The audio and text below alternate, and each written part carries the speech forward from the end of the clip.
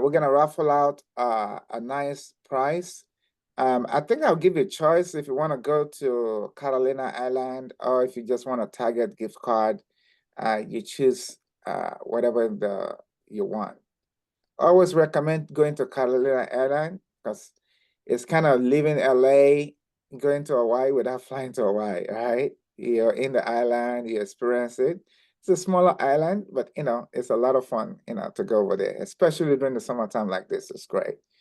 All right, we'll get you there. You gotta take care of your accommodation over there, okay? And your experiences there. All right. Awesome. So welcome. Today, it's a first of all, I always like to put in our value proposition for people. My goal is to enrich people's life through real estate. To have you be a blessed person, family, whatever that may be, individual or family, through the mothership of real estate. Okay, today's subject, okay, I'm just trying to put a slide on. Is there any reason why my slide I can't share? Can you guys see me on the screen right now? Can you see yeah, okay, okay, cool. But I think I don't want to do slide share. Okay, excuse me. Let me just walk through the technicalities here. Okay, I think I want it to be. There you go. Awesome. So welcome everybody. We're gonna talk about how to sell and buy your dream home. So basically, if you're looking to buy a home and you do have to consider leaving the current home you have, what are the implications around that? I get a lot of that, and my goal is to kind of educate people more about how this real estate works. Okay. So if you're looking to buy a dream home, are you looking to sell to buy that ideal home? So let's see.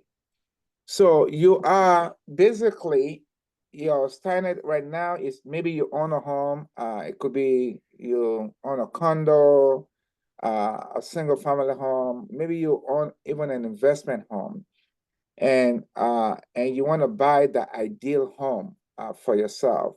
And what are the things that you can go through? What are the challenges that comes from that when you're looking to transition? Because I'm in a few transactions right now with people in that, and I see people kind of get confused a little bit about it. So I'm like, okay, let's put an education behind it. I'm supposed to have, I guess Fernando is not here yet, right? So we'll see when it comes out. Okay, all right. Let's talk about, okay, again, you own a home, and what are the choices you have moving into that next opportunity, right? Well, it's always, the dream world. What's the ideal situation for you? What are the things you're looking about? For example, if you own a condo and you want to move to a single family home, or you own a single family home but not in the ideal area you want, and you want to move to a better area. A lot of people move for a school district, to be in an area where the school district grades are better, so you can go to public school. But then again, some people are backing up from public school all over the place, so because of the policies of the public schools. So whatever that may be, it may be. I've had home changes. One time when I remember one home we had was a single level home, kind of like a bungalow, and we decided to move out of that, pretty quick, and we foresee our life in a nice townhouse. And we moved to the townhouse. We lived in that one for 4 years. Like, okay, no, I think we want a single family home. And we moved into that single family home. And now, truthfully, we're in a 2-story home. Now I want to change it to a single level home because it's more ideal. And So it's whatever the situation, we are in one position, and because we want to increase our livelihood, our we go into another position. So let's kind of talk away from there. So it's not where you want to be today because for whatever reason, again, many of the reasons could be just that. Now, sometimes you just want to elevate yourself, right? Something about the brain, when we can accomplish what we desire, uh, we feel good about ourselves, right? If you can be in an ideal neighborhood, you feel great about yourself. Sometimes it's not much the money that you're spending, it's just how the morphings of your brain is reacting to your environment, right? And sometimes it's just that we want something different. We want to be in a different place. We want to be uh, our brain tells us when we are accomplished or when we feel accomplished. We have a different stride about ourselves. And whatever that ideal place, our goal is to help people fulfill that, right? Uh, and sometimes it's just a place of comfort, like, hey, you want to move to a place where you have less mortgage to pay or no mortgage to pay, whatever that may be. It's really different for everybody. I mean, I can go about the spectrum of 4 different people that we're dealing with that are doing this transition process, right? Okay. So it could be a more house, it could be a dream house, it could just be a more suitable house. I've actually had some people move from a single level home and said, no, they desire more of an income property environment. They want to sell their house, buy a fourplex, live in one, and just be, again, the muffins of your brain is to feel better becoming a landlord. It's just, again, it's different for everybody. All right. So, and that's exactly what we're talking about, because we desire to move our status up, we elevate ourselves. And what we just want to talk about are the not the challenges, but the things that come up in that process. So as human beings, we want to achieve more. We want to be better. If you definitely, if you're renting, you definitely want to own a place, right? Because that's where you're accomplishing more. If we go back to the history of this country, during the wild, wild west days, homestead days, where people fought to buy a piece of land. They fought their life to reserve their own piece of land and stamp it, right? It's just a good feeling. And I think that's still in every one of us, that how we hold a piece of this country is owning some landship, some share, whatever that may be, right? And then we want to be in the atmosphere that give us satisfaction, right? And it's different, honestly. Again, it's different for everybody. Somebody wants to be in a community, and for myself, I can say there was a time I really desired to be in a community, right? Where you communicating with other people. I've taken people to senior citizen community. That's really great that you see a lot of a connection, a lot of events that you can attend, that kind of stuff. Or you go to a clubhouse that you can do the same, right? I think this person is trying to get in on just give me 1 second, folks. Uh, Let me just text that the link. Let's see. Even though this thing was safe for everybody. Let me just give me a second. All right.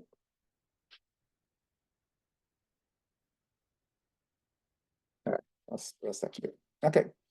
Or we just want more in our life, had more. And we're going to talk about how the choices we have in adding more or in creating that environment we want. So how do we go about this? Let's see that steps. First of all, the things to know. If you're an adult and you're 55 years older, most people don't realize this, that you can actually transfer your tax base from your house to the new house. What do I mean by that? If you own a home and you have a lot of equity in it and you're over 55, whatever you end up selling the home for, you can carry your current tax base on that home into the new home. And this is really, really beneficial. I think earlier this year, we had a couple that sold their duplex that needs a lot of work for $750 or so. And they originally bought a duplex for like $240 about 8 or 9 years ago, right? $750, which is great. Again, that's the value of home ownership. And then they went and bought a brand new construction that cost less.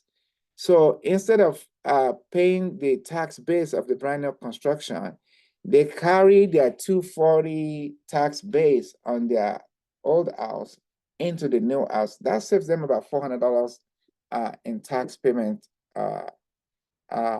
monthly, really, not just yearly, but monthly, because it saves them almost about $4,000 in over the year.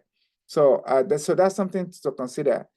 Now, a lot of people say, well, I have my 2% rate and I've refinanced my house for 30%, and now interest rate is 7% or whatnot.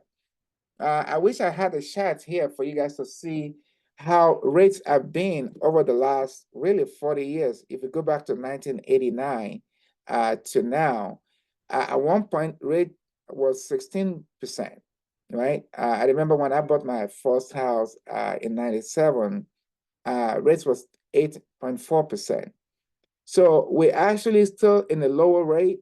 And the beautiful thing about it is it never stays where. So I always tell people you can't stop your life because of that. You go live your life and rates will come down, go up, and you're just going to take advantage of it, be educated on it. Good news is that we just had a client that the bank disclosed a 4.75 interest rate this week, actually, this week, yeah. So it's even though at 7% is no big deal anyway, it always comes down. I've bought properties at 6.5, that I refinanced at one point at 3%, and I had my primary much even lower than that. So it's going to be options on that. You can let that stop your best life, right? So that's one thing I want everybody to know around that part. Okay, look like we're gonna move through the slides pretty quick today. All right. So how does the transaction process work? If you are looking to sell and to buy, how does that transition work? I kind of want to take people through. Of course, you want to hire a real estate agent, hire a professional person that can help you set it up. We call it moving on a contingent sale, right? Especially now, actually, what I want to kind of break down for people is, are you a contingent sale or not? Some people are like, okay, maybe I can buy this second property and keep it and rent my current one out. I'm going to show you the reason why you do either of those. Again, it's living the best life possible and having less worry, so to speak. So let's say your whole home, you hold $250,000 on it, right? It's very common in our Southern California that home we hold for 250 we now value at 900,000, right? So that means you've got about 650 worth of equity. And then let's say, for example, you wanted to buy a dream home. It's a bigger home. And this one is worth 1.4 million, right? And it's a couple of choices where you can say, okay, how do I keep my current home? Most of the time, they want to keep, minimum of 80% value on the current home with the lender, perspective. So in this scenario, you don't want to acquire too much debt. Let's say you took $300,000 on your current home. So now, by taking that $300,000 out, with the current loan balance you have of 250,000, so now you are at you know what's that, 550 that you have on your current home, right? So on your current home, obviously you're gonna have a payment on the 250 plus the 300. And then you look at, if you're gonna rent that out, you have to look at what can you rent it for? Is that gonna cover the mortgage, or is that gonna be, is there gonna be a surplus for you? Or you're gonna have to come out of pocket to cover some of that cost. So now, on the new home that you wanna buy for 1.4 million, you have two choices. You buy the 1.4 million, you put $300,000 down towards it. Now you have a mortgage of 1.1 million to pay, right? So if that's doable, by all means, you can go for it. If that feels too high, well, then the next best thing to do is you want to take the equity on your current home to move it to the new home.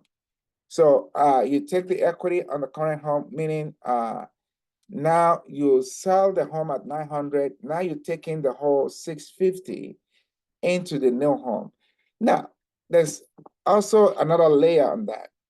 On the new home that you get for 1.4, now you're putting 650 into it.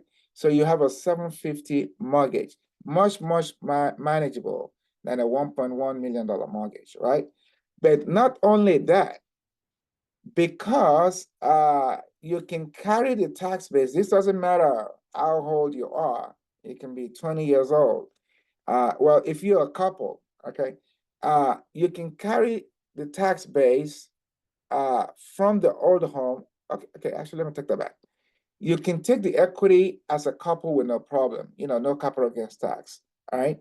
But if you are over 55, you can carry the tax base from the 250, even though you sold your previous home for 900,000, you can carry the tax base for the 250 that you originally bought it into the new home. So now out of the 1.4 million, 900,000, you're paying the tax base of 250. You guys follow that? Say so now you're only paying the new tax on a difference of 900 to 1.4 on 500,000. That can be a huge savings. That can be a $600 savings on a monthly payment.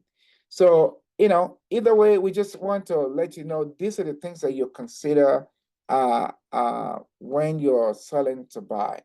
The major thing is, okay, my equity, how much debt am I gonna have? Is it doable if I rent the other one out? And again, if you consult with us, we can talk about that. Does anybody have questions so far?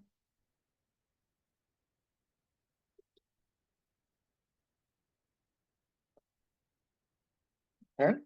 So like we always Gene do. Sorry, Jerry, I had to unmute myself. You confused me, but we could talk about it on a later date because I'm confused on what you just said. Okay, we want to make sure you have a good understanding. Okay. Okay, so you took the old home value, 900,000. Mm-hmm. Okay, you have a debt of 250 and so on, you see down there. Now, you were saying anyone over 55 plus, which we are. Now go from there because I'm confused. Okay, so when you're over 55, you can carry, so let's say even though your whole house, you sell it for 900,000, but originally you bought the house for 250. We're just saying 250. It could be less than that. Because sometimes you refinance a house so you had more debt. So let's say you originally bought the house for even 150,000, but even though you're currently owe 250 on it, right? So your tax base is Let's always go. What happened if you don't owe anything on it? okay. That's great. If you don't owe anything, but you're still paying taxes on it. Of course. Yeah. So your taxes is based on what you originally purchased the home for. Oh, So it is? So yeah, if you purchase your home for 150, the tax should always be based on 150 yes. Now it unless you goes up a little upgrade it. bit. Yeah, If it you goes a little upgrade bit. it, Yeah, it goes a then little bit. It doesn't matter if you upgrade it and whatnot. It's still original tax base is based on 150. I'm gonna have to look at my paperwork. Okay, go ahead. Uh, Because our taxes keep increasing a lot this year. well, it does increase, they go up by 2%, but it's still on the original count. It's not like it goes up to the new value of the market Okay. now. So, Yeah. so the benefit is in that situation where you bought it for 150, even though it's worth 900,000 today, if you buy a new home, if the new home you bought is more than 900,000, in this situation where we're using, like you bought a new home at 1.4 million, right?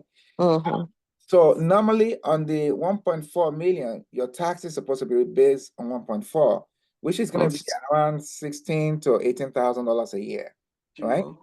So Okay. now you're going to carry your original tax base up to 900,000 of that 1.4 million. So let's say yours is let's just say $2,000 a year. So you carry the 2,000 up to the first $10,000 a year on the new taxes. So you only pay the difference from the 10,000, to the 16,000. So you can see the difference in that. That can be a change of $8,000. Food coffee. You can enjoy the same blood flow boosting Got somebody playing their TV there. Okay, thank you. So that's what that is. You can carry the tax base, into it. And also, of course, the equity, protection is there. If you're married, you don't pay any new tax for the sale. You have a capital gain protection of 500,000. So how do we do that? Let's say you bought your house originally for 150, and now you're selling for 900,000. As a couple, you're automatically protected for $500,000 of capital gain tax that you don't. And then if you've been there for 25 years or 20 years, whatever that it may be, you always have a cost of maintenance that you're going to take away from that. So if you're selling for 900,000, let's say after cost of sale, you take home 850, right?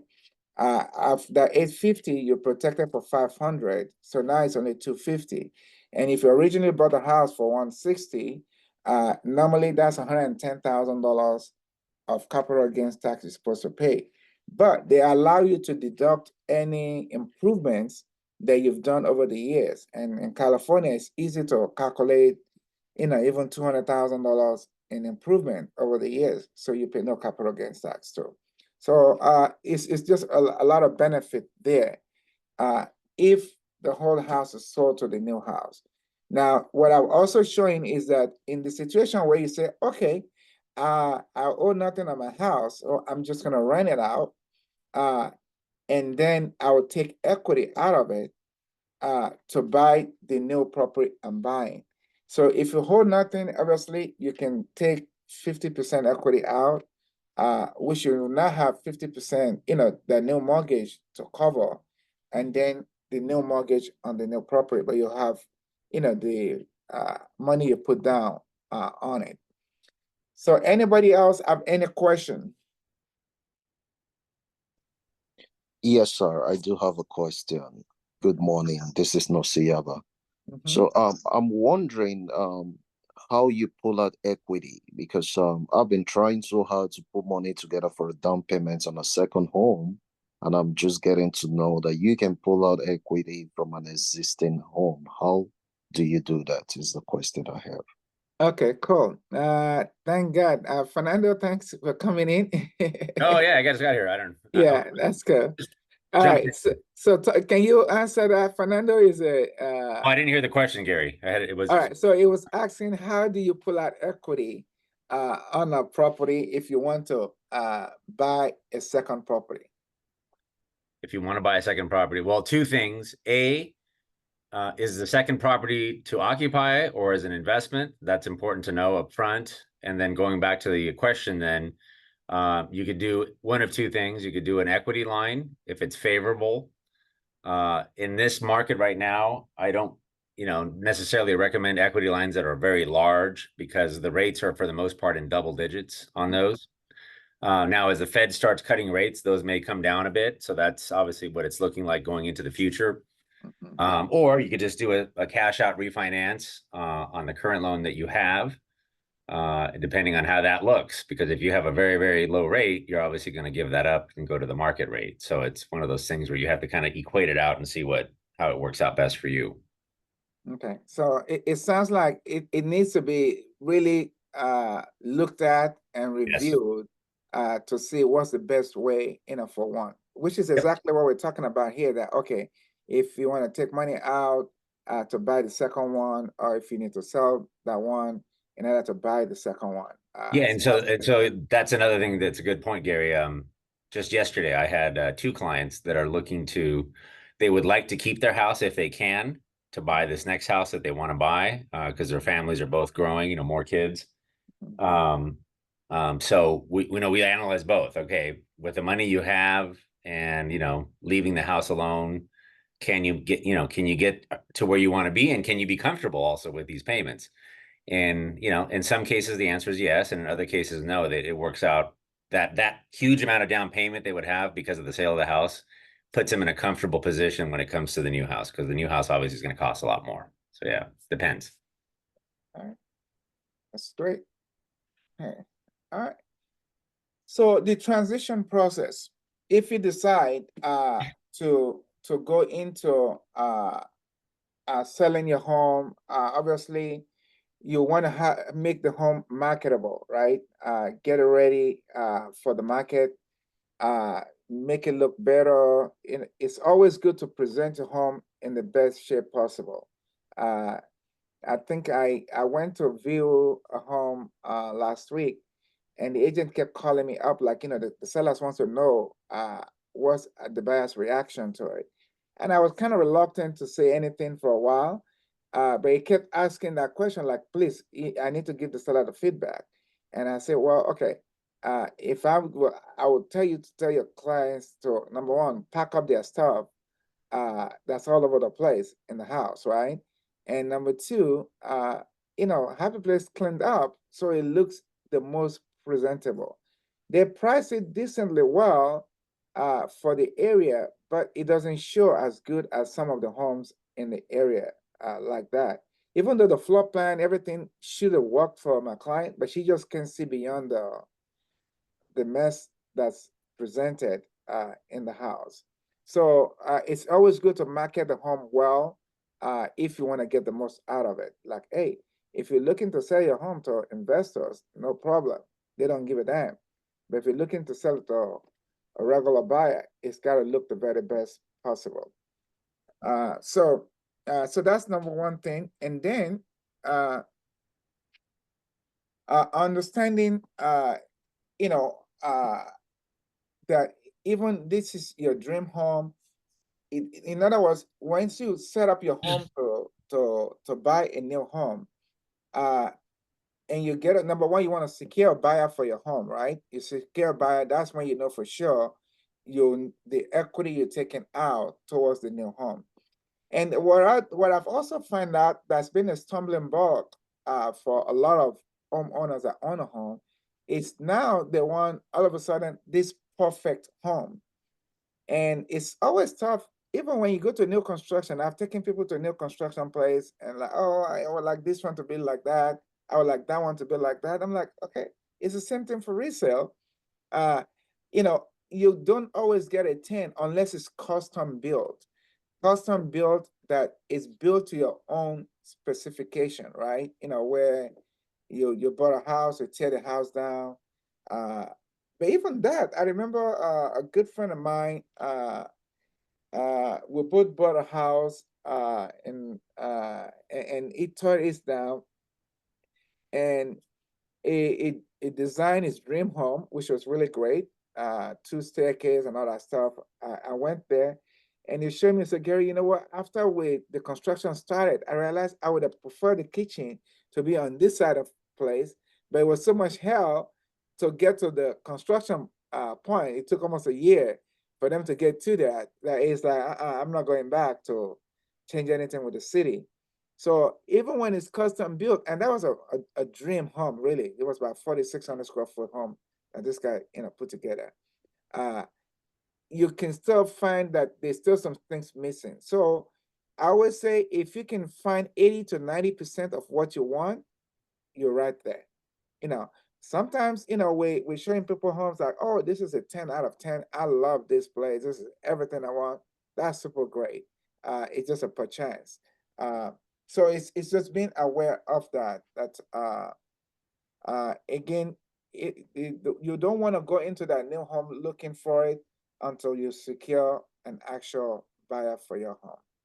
But I would say that even if the house is 50 or 60% there, but it's in the right neighborhood that you like, you could always do a renovation loan and make it as nice as, make it what you want. So you get, closer to 100%. That's a great layer. That number one, it's in the place you want, because that's the number one key for most people. Do I get the house where I want it? Yep. And then everything else can come along with that. So yeah, that's a great point. All right, I think that is it. Anybody got any questions for us? Because we're gonna have a big thing to roll through. If anybody have any questions, we can put you more in the wheel of fortune.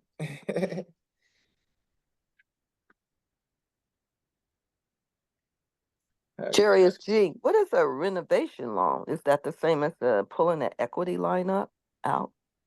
No, a renovation loan is it's a loan, a 30-year fixed loan where we will give you the money for the renovations, the improvements you want to do. We hold the money to the side, and then we'll release it in disbursements to you and your contractor as needed. Okay, and is that interest rate real high now? Well, it's pretty close to whatever the market rates are. Those loans are only about a quarter higher than the standard rates, but it's today's rates, whatever it is today. Okay, I didn't know about that. Thank you.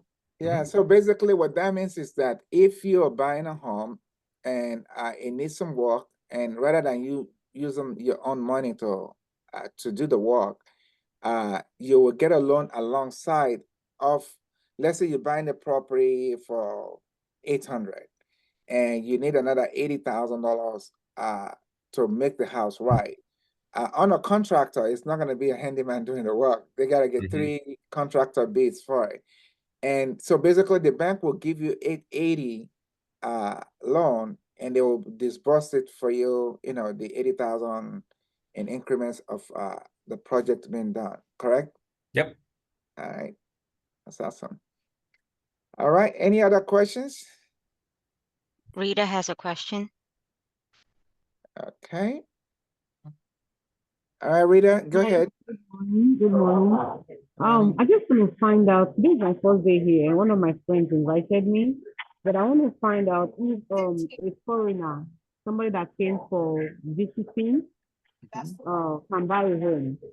Please confirm that he is not believed to be the attacker, but he is being investigated. Did you get my question?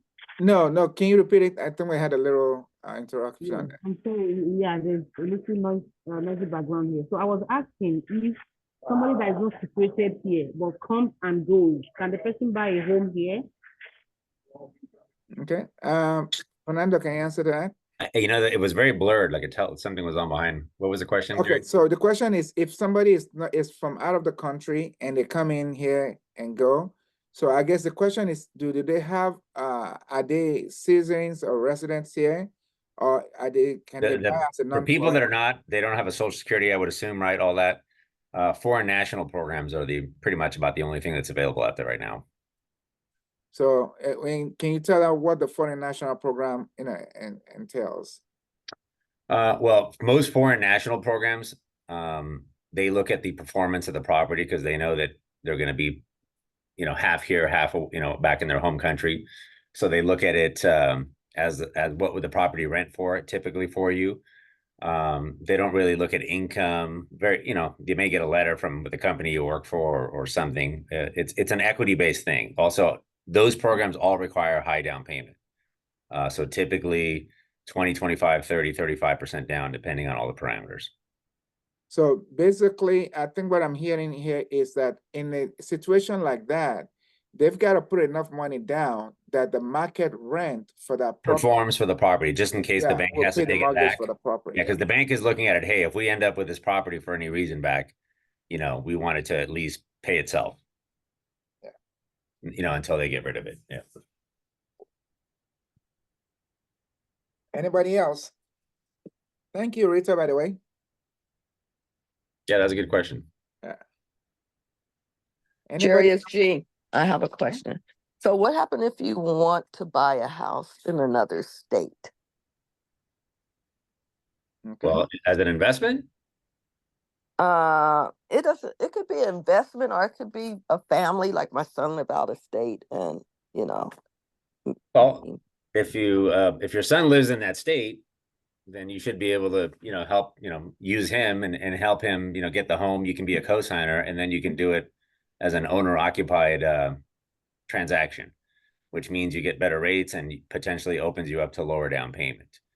Okay. If you're going to buy it yourself, Mhm. and we're going to use your income from work to do it, we have to justify, you know, how you're going to be able to work. Are you commuting every day from Texas, or are you going to be able to work remotely, which makes sense? Or do they have an office out there that you'll be transferring to? Anything like that makes sense. So if it's for investment, the rate would be higher. Rates are higher and down payment is higher for investment. Yes. Oh, okay. Thank you. Mhm. So, of course, you can buy it as a second home. You can buy a second home anywhere. A lot of people buy a second home. It's just that your income where you are has got to qualify you for that. So if you have nothing in your situation where you owe nothing on your house and your income can cover that second home, then it should be no problem. Correct? Yes. Yeah. Okay. All right. But the rate would still be higher, right? Yeah. Second homes and investment properties have higher rates and higher down payments. Yeah. Okay, higher down payments too. Thank you. I have a question, Gary. Yeah. I purchased the house about 2.5 years ago. It'll be 3 in December, and it was an older house. And so my agent, they never told me anything about what you were saying about if you purchase an older house, you can get, what was that other loan you talked about? Oh, rehab To help loan for the renovations. Yeah. So, but is it too late? I can't get it now. I would have You had to can. do No, it with we the. do. You can do a renovation refinance. Oh, okay. Yeah, we just did one for a client that ran out of money on a big project here in Hawthorne, and so we did a renovation loan to finish the project for them, and we just finished that. They just finished the project actually a couple weeks ago. Okay, so that's a separate loan. It doesn't count toward my mortgage payment. It wouldn't be in there to be a separate loan, or how does that work? No, they would basically refinance your entire loan, and it would become a 30-year fixed under the renovation Oh. payment. Yeah. Uh, The advantage of yeah. a renovation loan, unlike a refinance, is this: if you have a ton of equity, like if let's just say you owe 200,000 and the house is worth $1 million, just hypothetically. So you have a big window, right? You have a lot of equity there, right?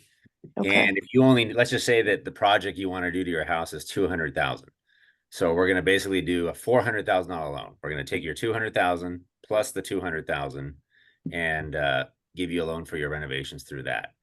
But if you don't have a lot of equity, that's the big advantage of the renovation loan. So what I mean by that is, let's say you owe 200,000, but the house is worth 350, you know, and you're looking to spend 150, which is basically 100%, right? You're looking to do a $150,000 renovation, maybe extend the house, all these things. A renovation loan, the advantage of it is this: it doesn't only look at the house as it is today. The appraiser that goes out also looks at it as, what is the finished value? What is the future value of this house once all this work is done that I have in front of me? So Mhm. that's the big advantage of the renovation loan, is that it's looking forward. So you're getting that future value now as part of the refinance versus, later. Okay. Okay, thank you. Mhm. Mhm. All right, I think we're coming to the end. Thank you all so much. Unless we have any more questions, I didn't have a whole lot of slides for this one. I usually load up a lot of slides, which is great because I wanted to make sure it's one-to-one mostly. Again, it's just our goal here is to enrich people's life through real estate. I believe that's a vehicle. I still remember the gentleman that got me into real estate, like, help people buy, even if it's a hole in the wall, it can turn them, into good wealth. And that's always our passion, to help people. And so if you have any, if without any further questions, we'll go ahead and roll the Wheel of Fortune. So I'm sure you can see everybody's in here. Jerry, it's G. I have one. You are recording this. Is in any way how I can go back to listen Yes, to we this? do. We do have. If you subscribe to our YouTube channel, Gary Nick's Team YouTube channel, and you'll pull it up from there. It's usually, Wendy. When is it usually available? Every Wednesday. Upload is every Wednesday. Okay, all right. So by next Wednesday, it will be available. But subscribe to our YouTube channel, please. Please, everybody that's on the line, Thank we you. really appreciate it if you can subscribe to our YouTube channel. Just go to YouTube and put Gary Nick's Team and hit subscribe. Correct? Yes. There's another question, Gary, from Rita. Okay. It's in the chat. Alright, Who can buy a house? What must you have to buy a house? Can you buy a house if social security number is only what you have? How much monthly income can you have before you start planning to buy a house? All right, Fernando, you want to answer that first before I jump in? Yeah, well, you can buy a house with Social Security income. We will use that, but obviously we have to be able to fit in the box, right? The qualifying box, the ratios. So, to get ready to buy a house, obviously income is one of the things that's important. Typically, you want to be no more than 45 or 50% of the gross income in terms of your payment to income ratio. Credit obviously is something the banks are looking at too. And then obviously how much money you'll have, whether it's a low down program or a high down program. When it everything has to kind of come together. So and that determines where you qualify at. And then if you can't quite qualify there the way it is, then we can throw out suggestions like maybe you can pay something off that we see that would help you get there, or maybe you need a co-signer. So maybe your son, daughter, or your brother, sister can help you, or your parents to get there. So that, there's different variables. It's all case by case. Everybody's obviously different. So, that's how we start and how we develop a plan for you. So let me just add a little to that is that I always tell anybody, I really mean this from the bottom of my heart, anybody, if God is giving you a vision that you want to own a home and you speak it out there, I've seen manifestations of it in different forms. It could be in you being to qualify.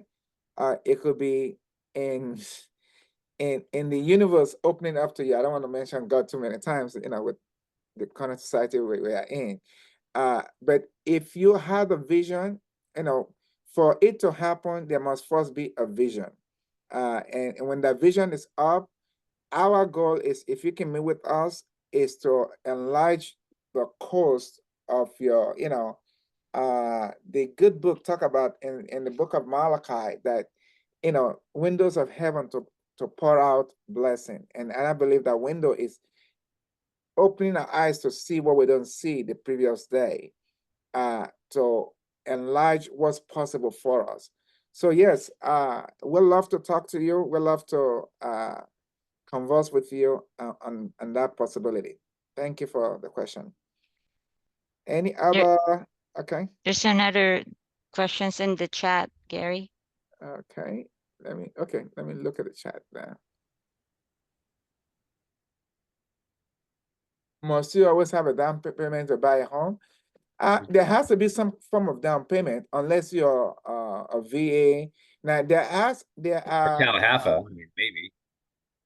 yeah, so it's a maybe. It's not it doesn't all have to come from you. Now if you're a veteran, obviously you don't need to put any money down. But there are some 100% financing program where the program will pay for your down payment, right? So yeah, I would say you do have to have at least 1% of your money, you know, because you have to put a deposit down on buying the house. You have to, you know, put some deposit down to buying the house. All right. Anybody else? There's another one before that. Can someone outside the United States say Yeah. Canada? I think we Yeah. answered that one. Oh, be a Be a co-signer. co-signer. Okay. Well, the answer is probably it's a yes and no, because if they're not legal here, it's gonna change the parameters of the transaction to more like a foreign national, you know, type situation. So we have to be careful there on that one. I think they can help you put money down towards it for sure. They can definitely contribute funds, yeah, as a gift. Yeah.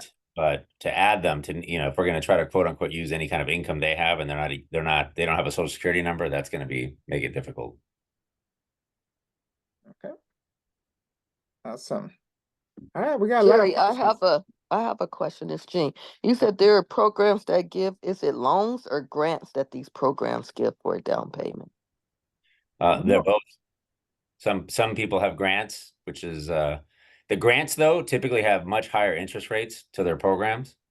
The silent seconds, which is what they call them, which is basically the money they give you is just a silent second behind.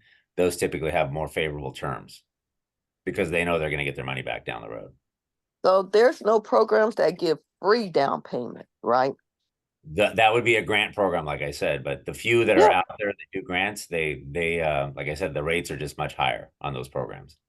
So when you say that, you mean the rate that you'll be paying on the mortgage is much higher. Exactly. Okay. Yes. Okay, but it's still free. But okay, let me write that down. Yeah. Thank you. There is a grant program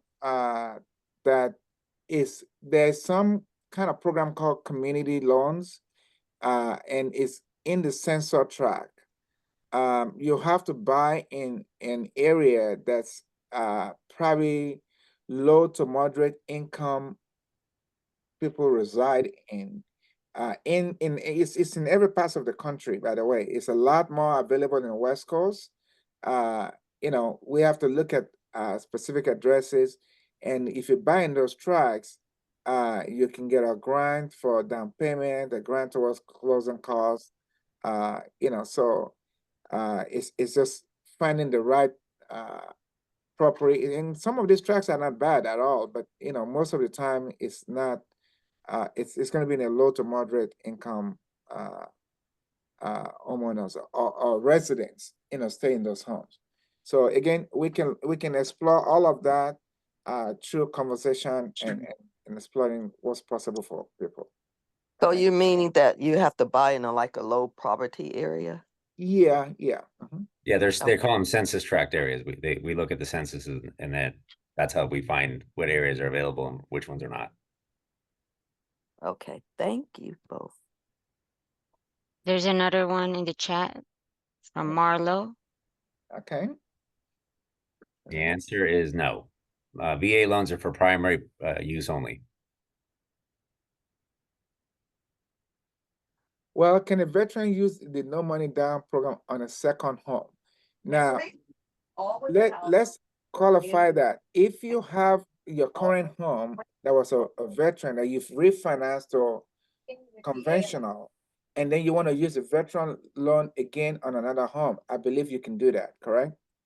Not if they're doing it as a second home. It has to be a primary home. Yeah, no, it has to be identified as a primary home. Yeah, so as long as it's identified as a primary, yes. Yeah. Okay. Awesome. We got a lot of questions answered.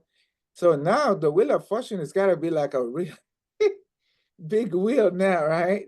Because we got put Miss Jenny in there a bunch of times because she asks a lot of questions, and Rita a couple of times too.